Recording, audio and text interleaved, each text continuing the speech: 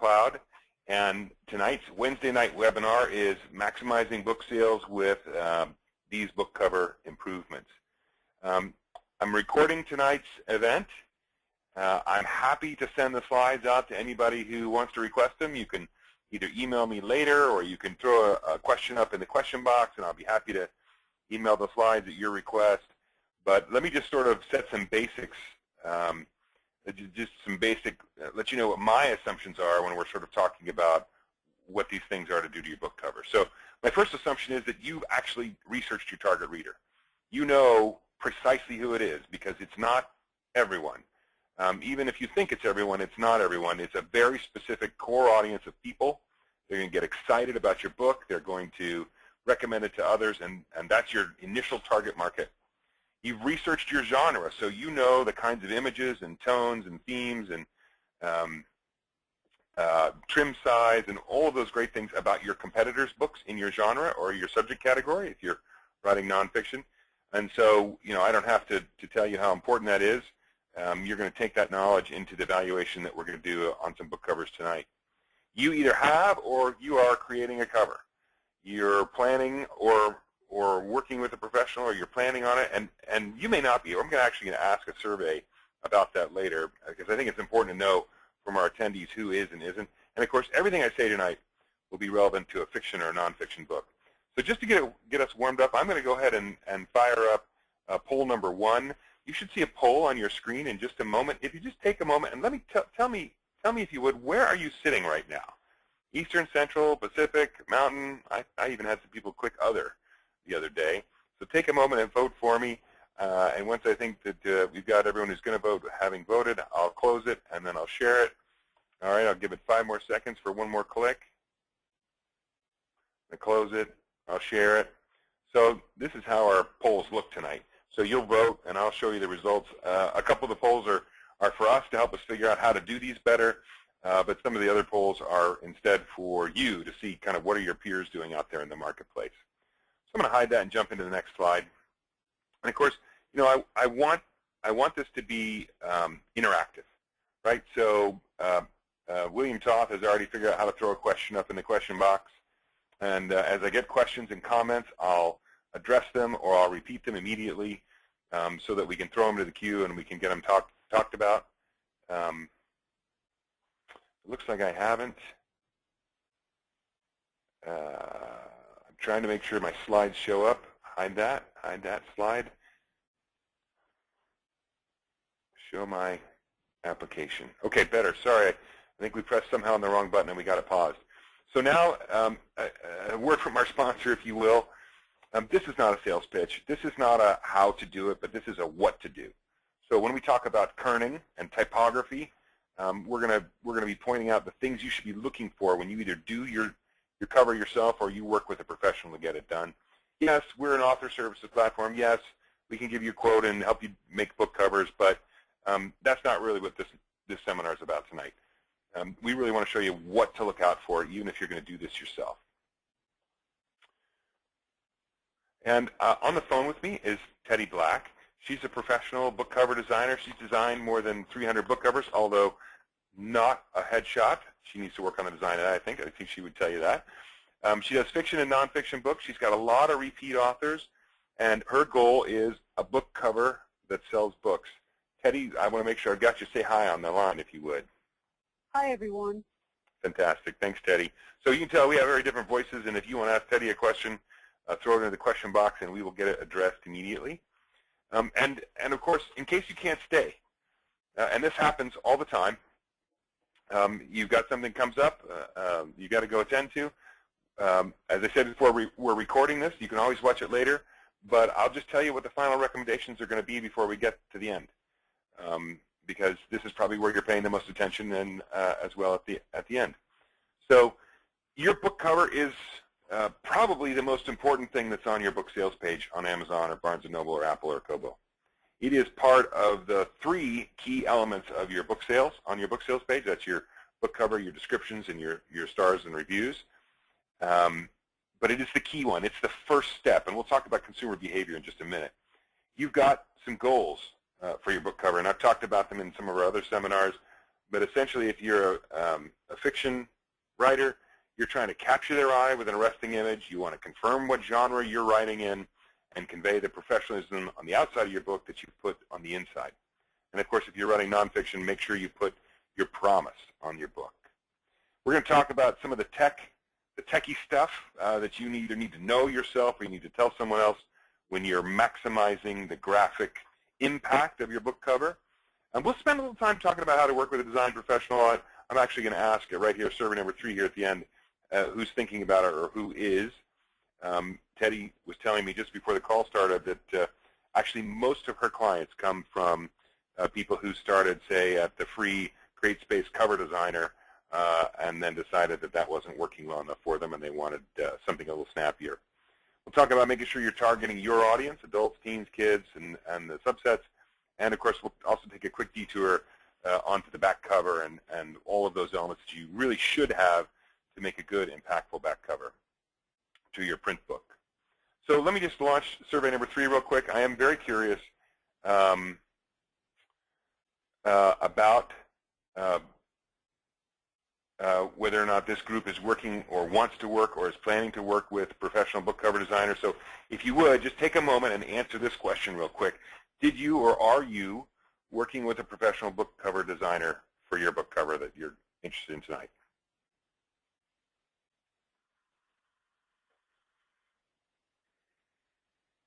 I think there might be one more vote out there. We've got almost everyone's voted. I'll give you 5 more seconds to click a button, and then I'll close it out and share it.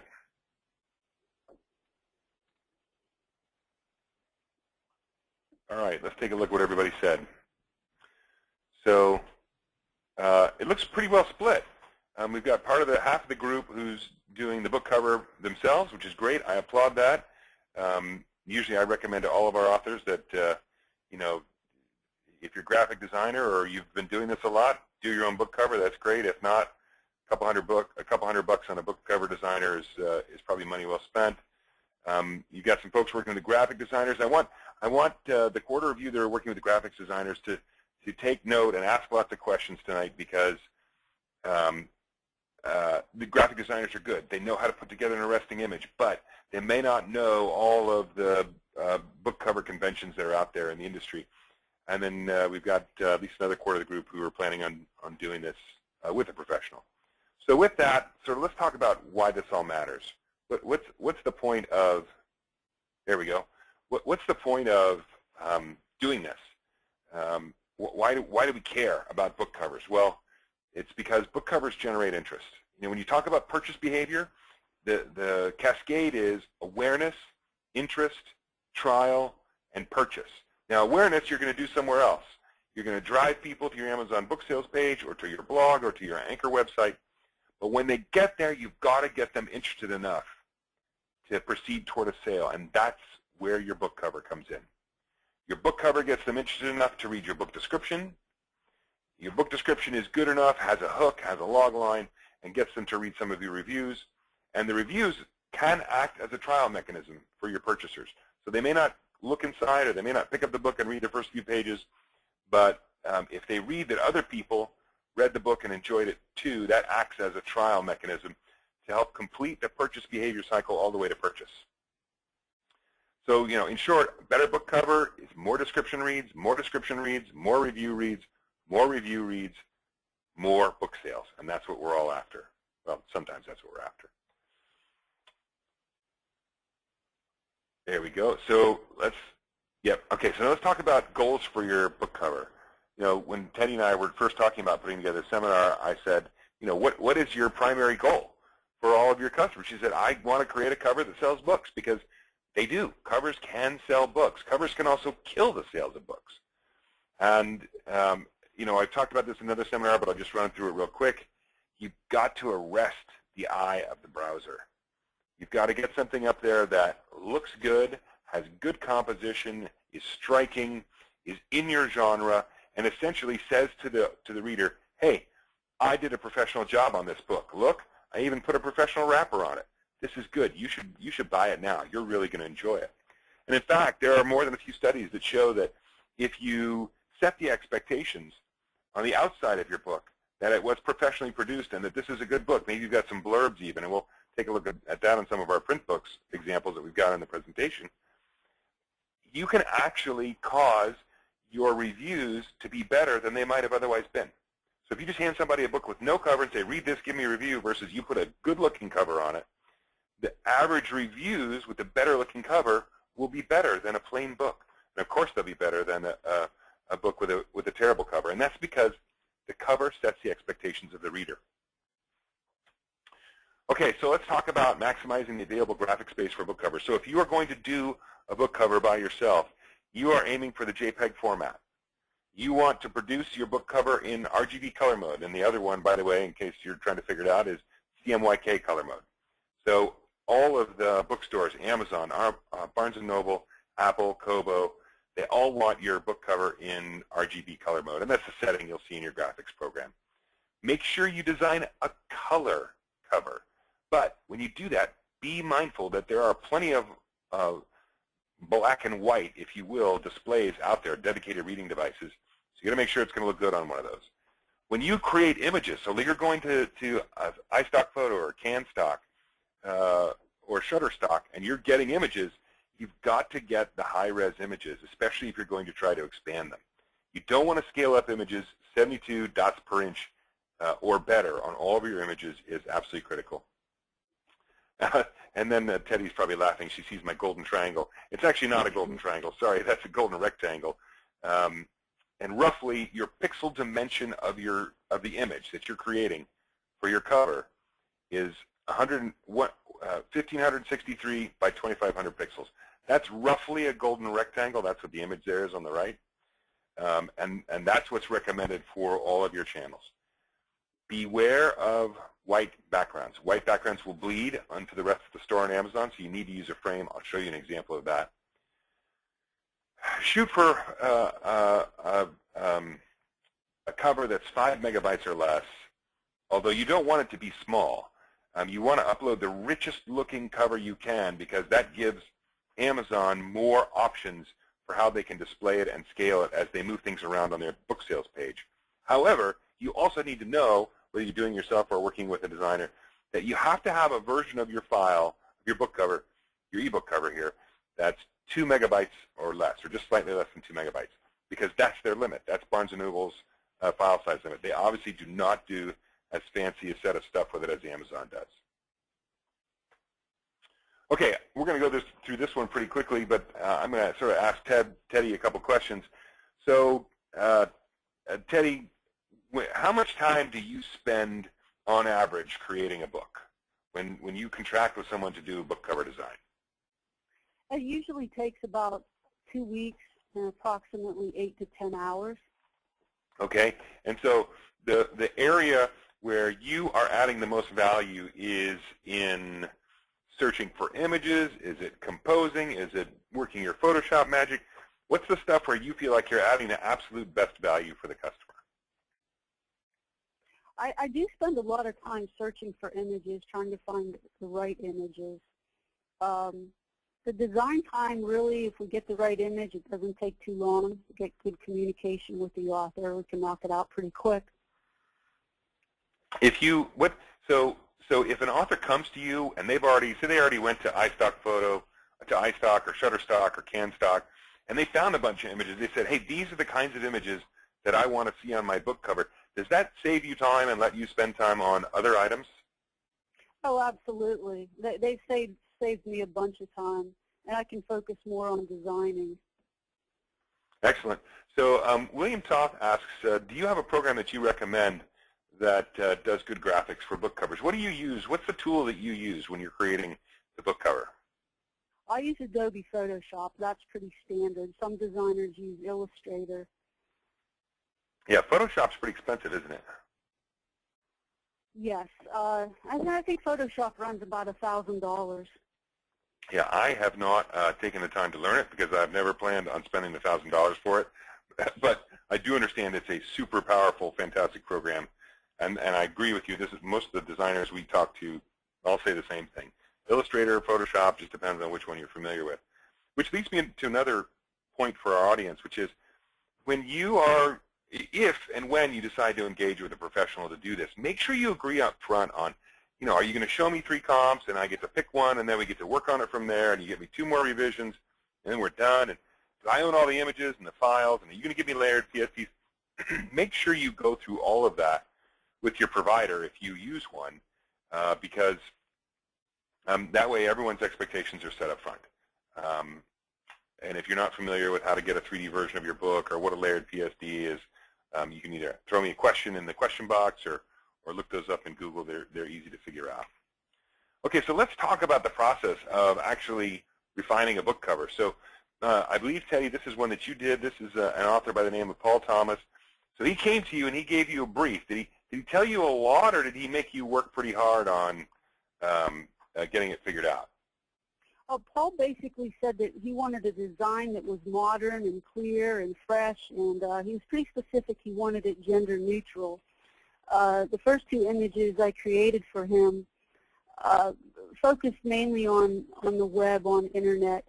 And then the third one, I kind of went out on a limb and did my own thing. He wasn't exactly sold on the image with the man on the laptop because, like I said, he wanted it gender neutral. But I told him that I really thought it was an effective cover because it went well with the title, and the man looked like he was happy and really enjoying what he was doing, and I think that most people would pick up that kind of a book. All right, let's take. He eventually. Yeah, go ahead. He agreed.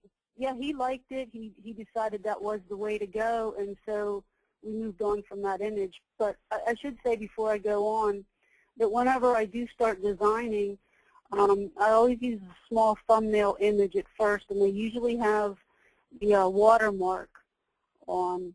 And once the author decides which direction he wants to go, then I purchase the image, and then they're very high resolution from that point on. Yep, and we can see that when we flip to the next slide. We can absolutely see that you got the clear, very clear image of the laptop computer user. It looks like he picked the one on the right after you convinced him that was the way to go, and now you're starting to play with the title. It's clearly the title's changed since the first book, Make Money on the Net versus Make Money Online, and you're starting to do some things here with his name. So then it looks like you went through another round of composites for him to take a look at, and then you settled on this one. Was he happy with this? He's very happy with it. Very happy. Now, tell me about the drop shadows you're using over the solid backgrounds. Is that, do you advise that? It gives it a little bit of texture. It gives the book cover a little bit of texture, but you obviously didn't do it on all of them. No. On the big title, the main title, I used a little bit of a drop shadow just to kind of help separate it a bit from the background.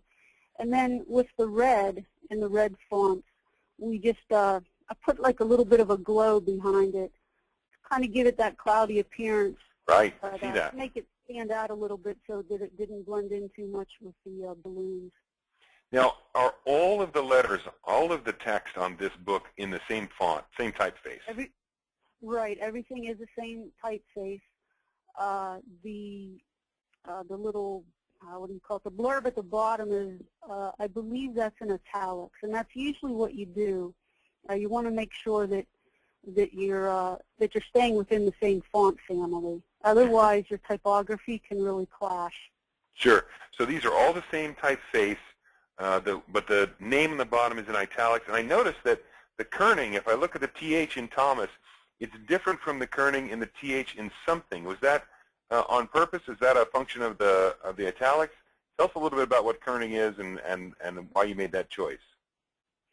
Well, it's spacing between the letters, and sometimes the spacing is uneven, and when that happens, the designer will go in and just manually try to fix that. That I don't really know. It maybe should have been fixed. It might have been because we made it bold. Okay, great. So do I have to use a program like Adobe or Illustrator to be able to adjust kern spacing in my fonts? Or can I do that in something like, I don't know, Paint or Picasa? I'm not real familiar with those programs, but I wouldn't be surprised if you can only fix that in Adobe or Illustrator. Okay, right. So I would say, we'll see some more example font kerning as we look at some more of these books. So let's look at this project, Slouching to Bethlehem, for Martin Crowe, another one of your projects. It looks like he came to you and said, I'm just guessing, he said, hey, this is a horror book, because these are kind of horror. This is a horror genre, I can tell. It looks like, maybe not, that you could have a thriller genre on the far right, but the evil guy on the left makes me think horror. It was basically evil comes to a small town, and he kind of had a vision of having a man walking down a road toward a small town. I decided to put these evil-looking eyes up at the top to kind of give it some more mood.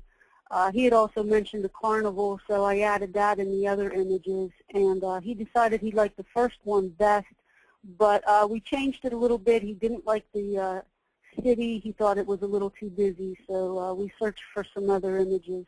Okay. Hey, I missed a question earlier from Terry. Sorry, Terry. So Terry had a question. She said, what do you mean by a 3D version of the book? And I'll describe what I think it is, Teddy, and then you maybe tell me if I'm right or if there's a certain program that does this. But Terry, what a 3D version is where you essentially you have a book, like let's say you take this cover, Slouching to Bethlehem. You rotate the cover away from you, you stand it up, you open the book a little bit, you show the spine, and your perspective is looking sort of down on a book that's sort of standing up on your desk. And you do that so that maybe on your website, it makes your book look real, if you will. Terry, I'm sorry, Teddy, am I getting that right? And is there a certain program I can use once I have a JPEG image, or is that something specific you get out of Illustrator or Photoshop? No, you're absolutely right. That's what it is. And you can get these programs. You can purchase them online. There is a place that has them for free, and you can go online and upload your JPEG, and it'll do all the work for you. Oh, wow. What's the name of one of those sites? I'd have to get back with you on that. I'm not. All right. Let me see. No worries. Okay, so you gave Martin 4 covers, and he said, all right, I definitely like the eyes at the top, and it looks like you were starting to experiment here with some different fonts as well. That one on the right is very different. And then you narrowed it down to this, and this looks like this is the final. And I can tell the little town in the background is not nearly as big as it was big before. And give us a sense of sort of how you came to this one at the end with the red eyes and the long local small road. He asked that I make the eyes any color but blue. Mm-hmm. He wanted to see red or green, and eventually settled on red, thought that looked the best. And it was just a nice image. I added the man on the road. There was no town. We decided that we didn't really need the town after all. Mm-hmm. That the evil-looking man at the top and the long, lonely road pretty much set it all, and it set the mood for the book. How many images was this from iStock or Shutterstock? How many different images did you need to create this book cover? That's 3 images blended together. So the eyes, the town plus the clouds, and the man. Right. Did the man have a shadow, or did you have to create it? No, I created that. Wow. Wow, that's cool. Okay. All right, so now let's talk about sort of the next thing you need to be doing with your book cover or working with your professional book designer to do. So, and that is you've got to tell a story. You've got to elicit an emotion. Give us a sense here. Pick one of these that you like the best, Teddy, and talk about, like I really like the H2O Mysteries. That looks like an anthology. Give me a sense of how you came to make the choices for that cover. Well, H2O is a collection of short stories involving murder or disappearances all around water. And so water was the big key right there, and I searched for images and found this image with a boat. I like the blue color, and this image really isn't altered too much from the original, but I did move the moon because I didn't like the position of it. Mm-hmm. Yeah, I kind of get the story here, because if I had a body I wanted to hide, I might go find, I mean, I know nothing about this stuff, but I might go find a swamp area like this and take him out in the rowboat and be done with it. All right. Let's take another one. Let's grab one of these. So how about the money bubble? I really like the money bubble because it, I mean, somebody holding a pin, it makes me afraid I'm going to get stuck. Well, the money bubble is, it's a book about financial crisis. And the authors wanted to show a sense of urgency and what's going to happen, what might happen when the last bubble pops. And so they wanted to include the different money symbols inside the bubble. It was too difficult to try to make the bubble look like it was exploding. It just wasn't going to work from a graphic perspective. So we decided to use a hand with a pin looking like it's going to pop. Sure, sure. And of course, you know, this is one of those where you picked white as your background to make really the bubble and the title really pop. But you had to put a border around it, didn't you? Right. If you're designing a cover for a e-book or e-reader and it's white, if you don't put a black border around it or some kind of border, the image, everything's just going to look like it's lost in space. The border helps give it boundaries. Okay. Hey, I've got a question for you about the middle book cover. So I'm looking at the one on the left and the one on the right, and the cover on the left, cover on the right, it's title on the top, author on the bottom. Last Holy Man, it's got it reversed. Now, from a composition standpoint, I'm not an artist, I'm not a book cover designer. I like the way the title stacks and draws you to the man in the picture. But are there any conventions about name on the top, name on the author name on the top, author name on the bottom, title on the top? What is there anything that you want to do, must avoid doing? What do we know there? Well, you know, years ago, if you weren't an established author, your name went on the bottom of the cover. But now, I don't really know that there's any rules to that. To me, it's pretty much whichever looks great on the cover. Some authors are adamant they would prefer their name at the bottom, and so I work with that. So that's interesting. So you could actually interpret that advice two different ways. One way you could interpret, you could say, well, if I want my book to look like it's come from a traditional publisher and that I'm somebody you should be reading, then your name should go at the top, like Patterson or King. But on the other hand, if you put your name at the top, I mean, I guess you're leading with what is your primary brand, but you're missing the chance for them to get intrigued by your title, because that's the second thing they see instead of the first. Possibly, yeah. Okay, let's take a look at targeting the right audience. So this is the idea that, look, I'm writing children's books, or I'm writing books for teens. You know, you've picked. I don't think you worked on the Amanda Hawking books, but you like them. No. And you picked. I love them. I love those covers. Yeah, these are. And you can tell. I can't recall. Are these in a series or not? No, I think they are. And I think she has other covers that are similar to this. Mm-hmm. And when I see these covers, that's what I notice first. I notice these covers before I actually notice the title. Yeah, you know, I look at these and it reminds me that a lot of authors, especially genre fiction authors, are writing either books set in the same universe or same world, if you will, or books that are positively a series. What Amanda's done here, obviously, is she's adopted a format and used it sort of as she's adopted a compositional format, and she's reusing it. Now, Yeah. what would you say about the hook that sits above the title? I bet it's unreadable in Amazon because it's so small. Yeah, I actually can't even read it On my screen. On my screen. Mm-hmm. Yeah, that's interesting. And can you read the bug down below, the sticker? No. Yeah, it says the multi-million copy international bestseller Amanda Hawking. And so that little circular item, that little seal on the bottom, is supposed to be essentially an endorsement of Amanda as an author, but I can't read it. And in Amazon. And most likely these book covers were designed more for print than an e-reader.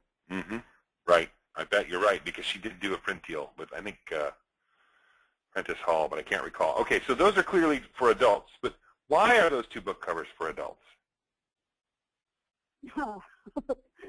That's a hard question to answer, to be honest with you. So much of that really depends on the author determining who their target audience is, who they're speaking to. And once they know that, then they can sit down with a designer and figure out the best direction to take the book. So now I'm looking at the Lindsay Page book, Whatever It Takes, A Bold as Love novel. Did you do this one? No, I didn't. No, a designer named Damon Zaw did this book. Now, one of the things that worries me when I look at Whatever It Takes is I can't read the author's name very easily. And I certainly can't read the series title very easily in the smaller thumbnail format. Do you have any kind of rule of thumb that you use when you're trying to decide the relative size of the author name versus the title name and how big they must be on a thumbnail to be an effective addition to the title in your Amazon book sales page, the book cover in your book page? No, I don't have anything that's said. It's just basically all visual, and you just as a designer, you only have a certain amount of space to work with, and you can't always put everything on. So you have to kind of decide what's going to be most important, where you want the viewer's eyes to go, and sometimes it just can't be everything. Sure. So I'm looking at Thistledown, the Susan Dexter book. Is this more for? Is this one targeted more at teenagers, maybe even teenage girls? Yes, absolutely. Most of Susan's books are geared toward teen girls. Yep, A Unicorn would be my first guess. It's probably a fantasy book. Right. Okay, a white unicorn, perfect. Okay, now let's talk a little bit more about typography. We talked about kerning before, and here are two examples. I think you told me earlier that this is a book that was brought to you by an author. The one on the right was brought to you by an author, and she wanted you to fix it. What didn't she like about it, and what did you have to address? Well, I think after she got it designed, she realized that the spacing, there was uneven spacing between the letters.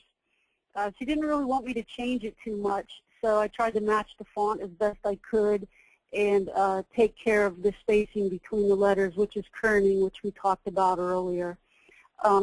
Also, the previous designer, beveled and embossed the font, and it's really not necessary on this type of cover. In fact, few people even bevel and emboss anymore. It's kind of outdated.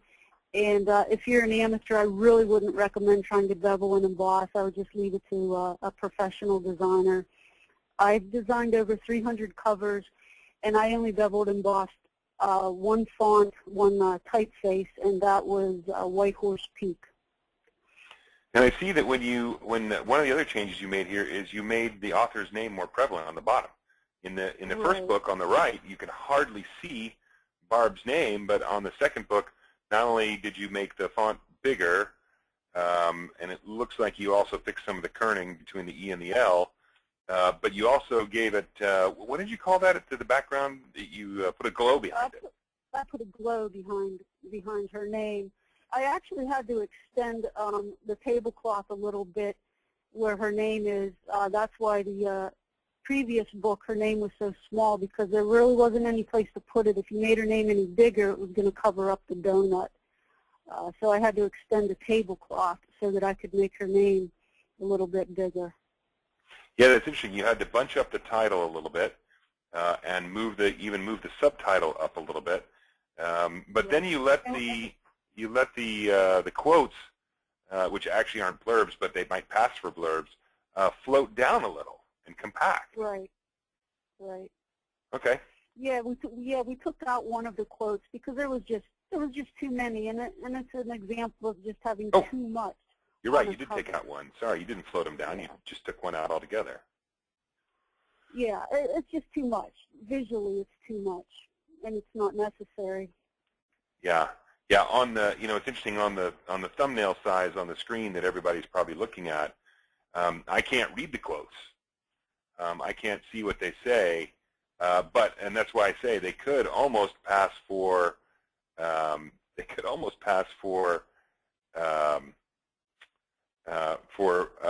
blurb by another author or a recommendation. Hey, we've got a question here by William Todd that says, average cost again for a professionally done cover. Terry, what does it cost to get a cover done? Well, a good cover design can go anywhere from approximately $150 to $395. Mm-hmm. And so $395, is that because you're doing a lot of extras, you're doing the print cover too, or look, some ebook covers just take extra stuff? I personally have never charged that much for a book cover. I charge anywhere from $135 to $175 a cover, and a lot of it just depends on how many images that we're using. Right. So let's talk about that for a second. So here, although these are typography examples, and we can talk about those. An end to the means.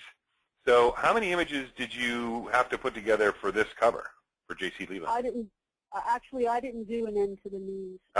So let's go back then and take a look at Slouching to Bethlehem. Let's see, did we say that this was 3 images? That was 3 images, yeah. Right. And you had to modify the silhouette of the person to add a shadow to match what the sunlight's doing in front of them. Right, and I had to blend the man at the top. I had to blend the bottom part of his face out, and I had to add in some clouds to sort of help it match a little bit at the bottom and help the name stand out a little bit.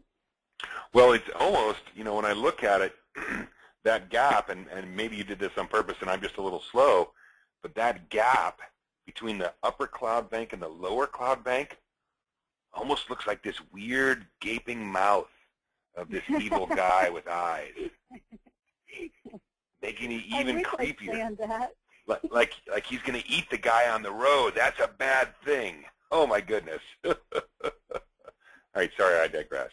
So let's go back and look at an end to the means. So I'm sure now sort of everyone who's following this along can see pretty obviously that the E and the A in means, right? They should be gapped, and they're not. And the L and the A in Leland, they're stuck together and they shouldn't be. So this ability to control your fonts is pretty important.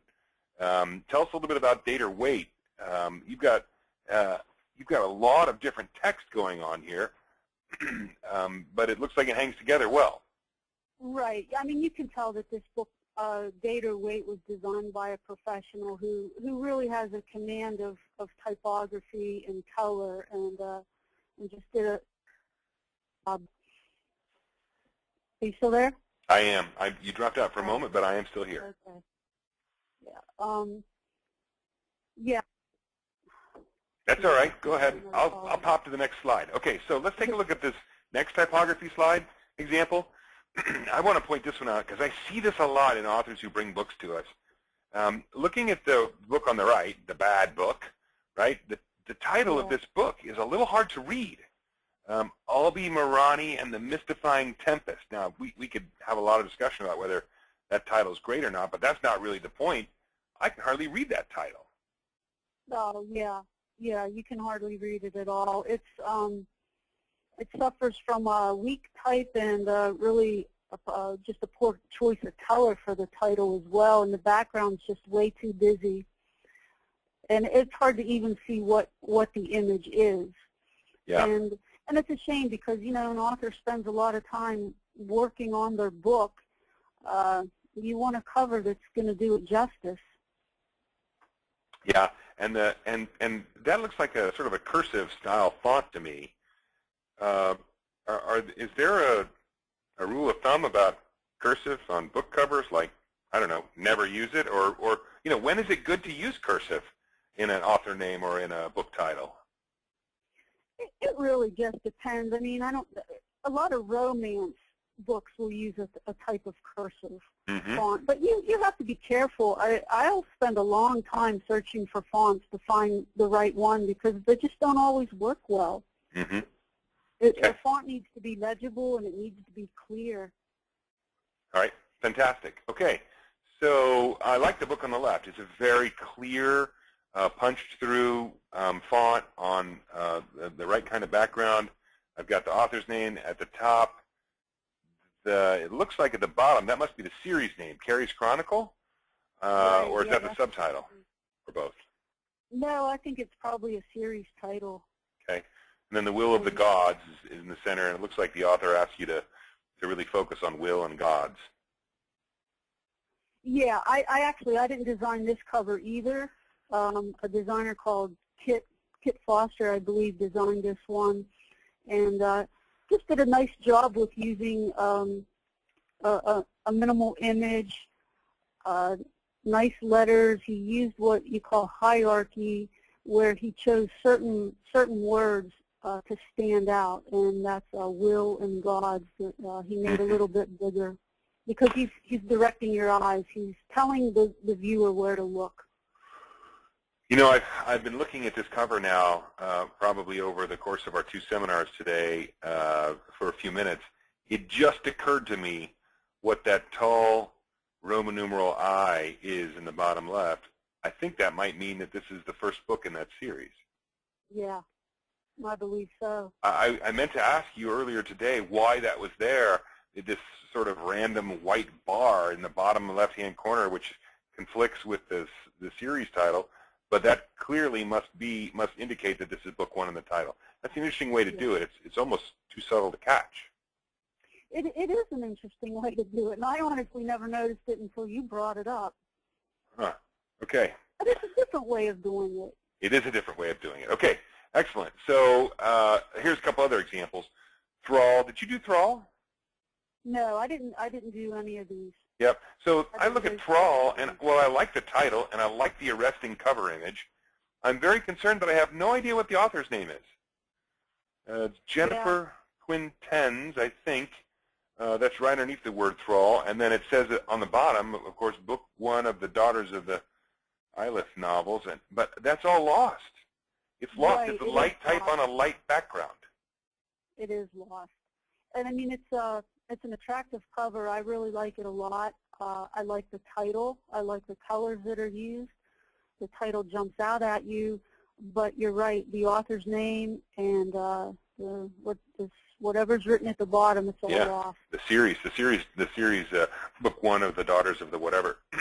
But on the right, the one on the right, they've clearly, the book cover designer has clearly used a light type on a dark background so that it pops. But what would you say about that? What they have trouble with the spacing again, and it's very uneven between the E and the I. And I have a feeling, I don't even think that could be fixed with kerning, because you can see at the bottom the letters are almost touching. I probably would have found a different font, or I would have maybe used lowercase letters. So font seems to be a really important subject. How do you, I mean, where do you get fonts? Where do you, I mean, are there free fonts? Do you have to go buy one and plug it into whatever graphics program you're using, or you just use whatever they've got in their text box, or how does that work? You can get fonts for free on a site called Font Squirrel, and I believe AZ Fonts offers them. And there's another place called thefont.com. Okay. You have to be careful with some of them, though, because you will run into those kind of problems. To get a really good font, you will pay for it, and they cost around $100. All right. And, of course, when you do a book cover, you're not charging them for the font because it's fonts you're already using. Right, exactly. Okay. So I think, did you do this cover for America Island?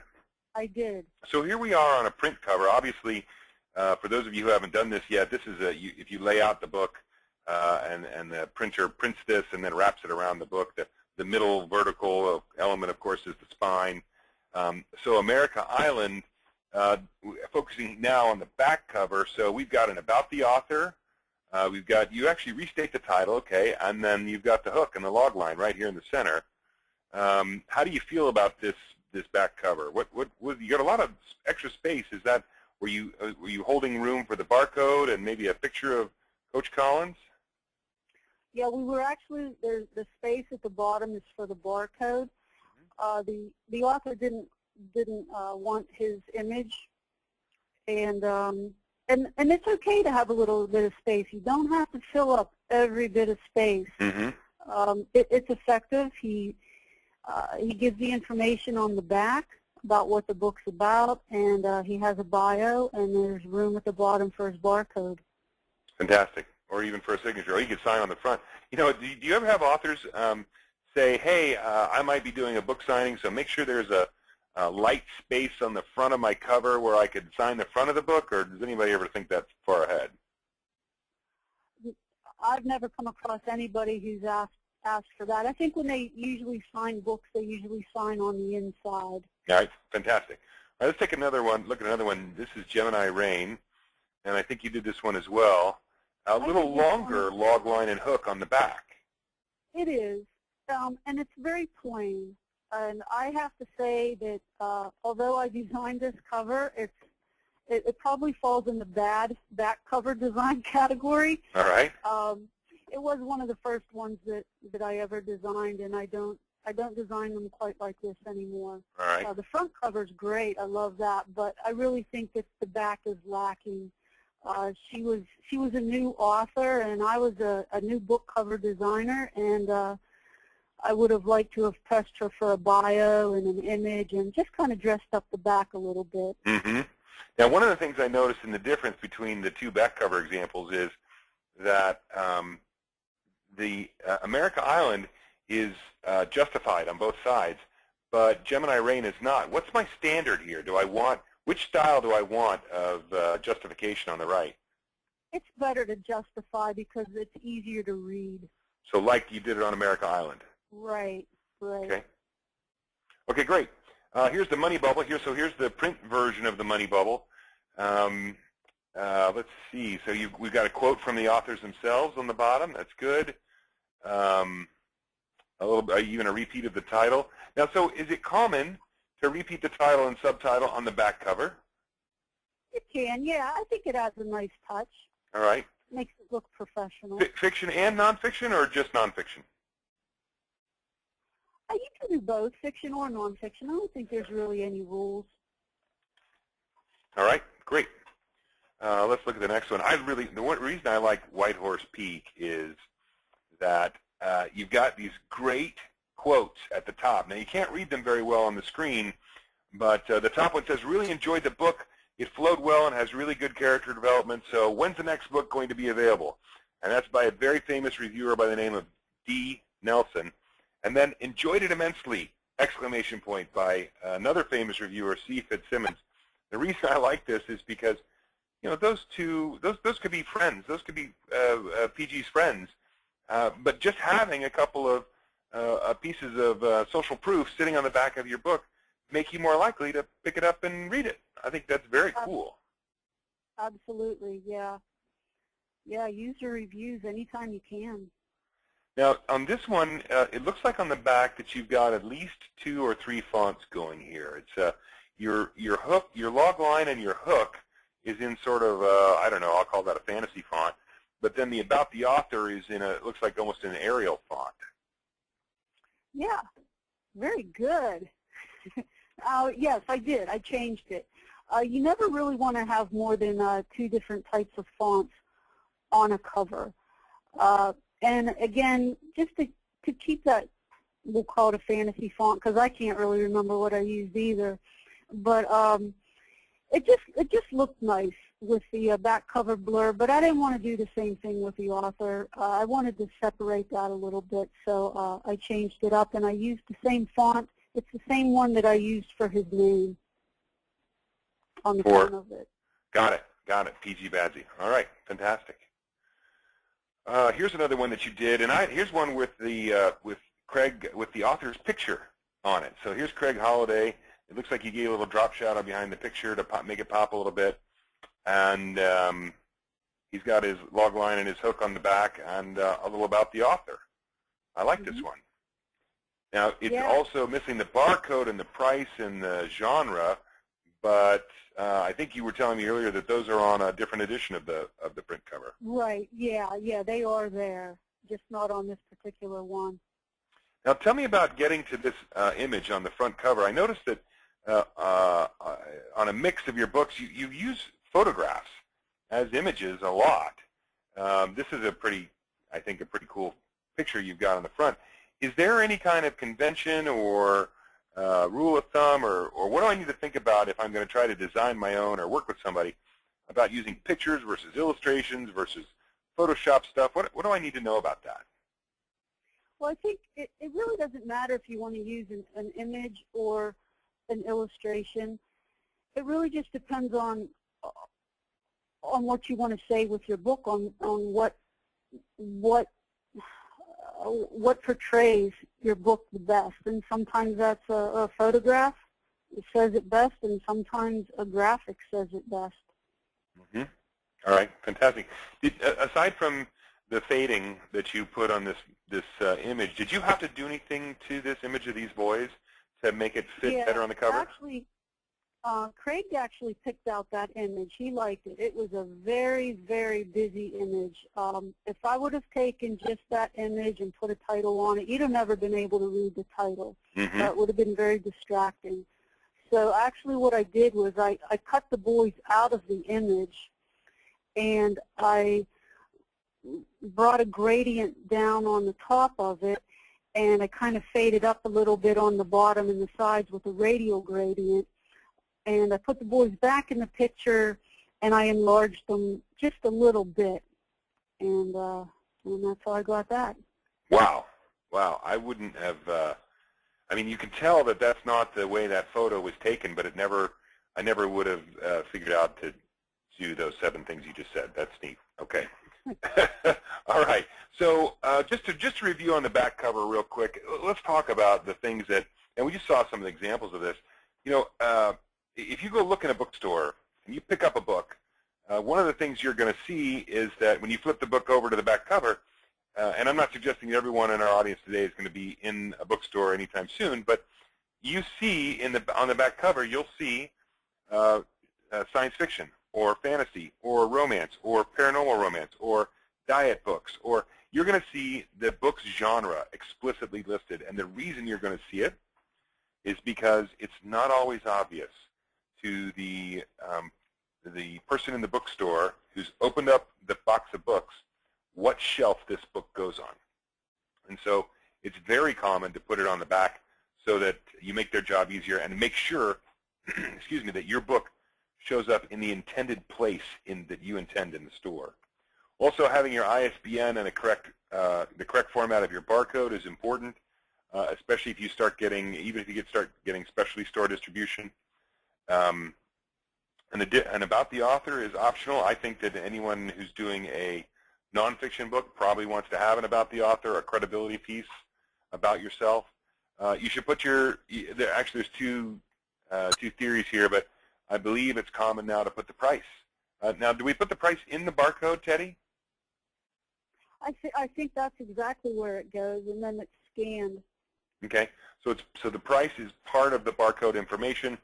Blurbs, I think, are absolutely critical. You saw what P.G. Bradsey did. You know, he just had, I mean, those were probably Amazon reviews. Now you got to get someone's permission to do that, but you know, having a couple blurbs speeds the trial process for people who have become interested in your book.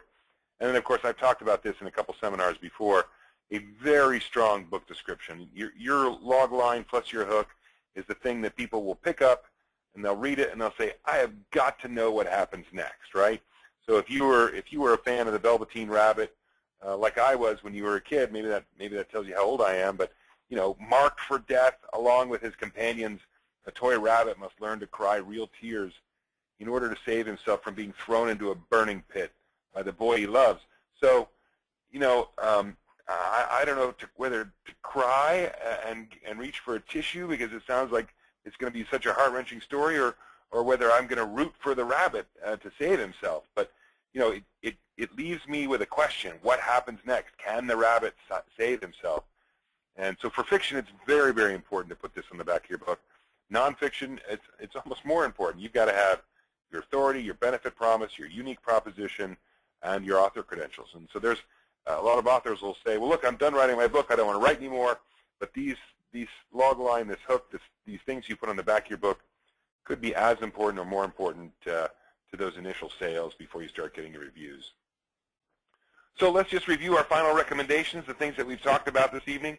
You know, your book, again, your book cover is 1/3 of the things that sell your book online.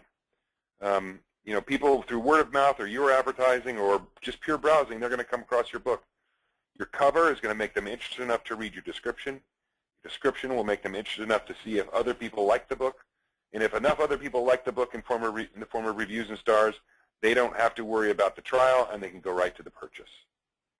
You've got some goals for your cover, you know, and essentially the key goal is stop the browser, stop the eye of the reader, and convince them that this is a professionally produced book. Convince them that it's been professionally edited. Convince them that they're going to enjoy it, and that others have as well. When you're creating your book cover, there's lots to know about composition and the golden rectangle, but the key here is maximize all those tools available for you. Give as rich an image as possible so that when you upload it and it gets morphed into other sizes and rearranged on the page, that it still looks good. If you're going to work with a design professional, and we encourage everyone to do that, it's just not that expensive. It's such a key element of your book sales. You know how to do it, and the key takeaway there is make sure that you're prepared. Make sure that you create, you know, what in the advertising industry they call a creative brief. Tell all of these book designers, here's what the book is about. Here's the hook. Here's my main character. Here's some book covers I like. Here's some images I think might work on my book cover. I've got a question here by William again. William Toth says, Wave Cloud designs covers. Yes, we do. We're happy that we can get you connected with Teddy. We're happy. We've got other folks who do it as well. We've got a bunch of book covers out there and some really happy authors. And then, of course, when you're doing your book cover, make sure that you're targeting the right audience. Know what they expect by doing your genre research. Understand, you know, what are they looking for in a book cover, and use all those elements available to you on the back cover. You know, as Teddy said, you don't have to fill up all the space, but touch on all the pieces you do need to make it look as competitive and as professional as possible. Let's see, what is number 7? I do have a quick question about how you heard about today's webinar. I'm just going to ask you to pop one more survey here. I'm curious about how everybody got to us today, because we're trying to figure out how to get this word out to more people. If you just take a moment and vote for me and let me know how you heard about today. And then I would say, gosh, oh yeah, there, it's the email. Right? It looks like everybody heard via email. All right, so clearly I need to be doing some more marketing in some other pages. It's trying to load. It's trying to load the results of that. All right, it doesn't want to load that very well. That's all right. All right, so I'll just tell you, everyone said that they heard about it via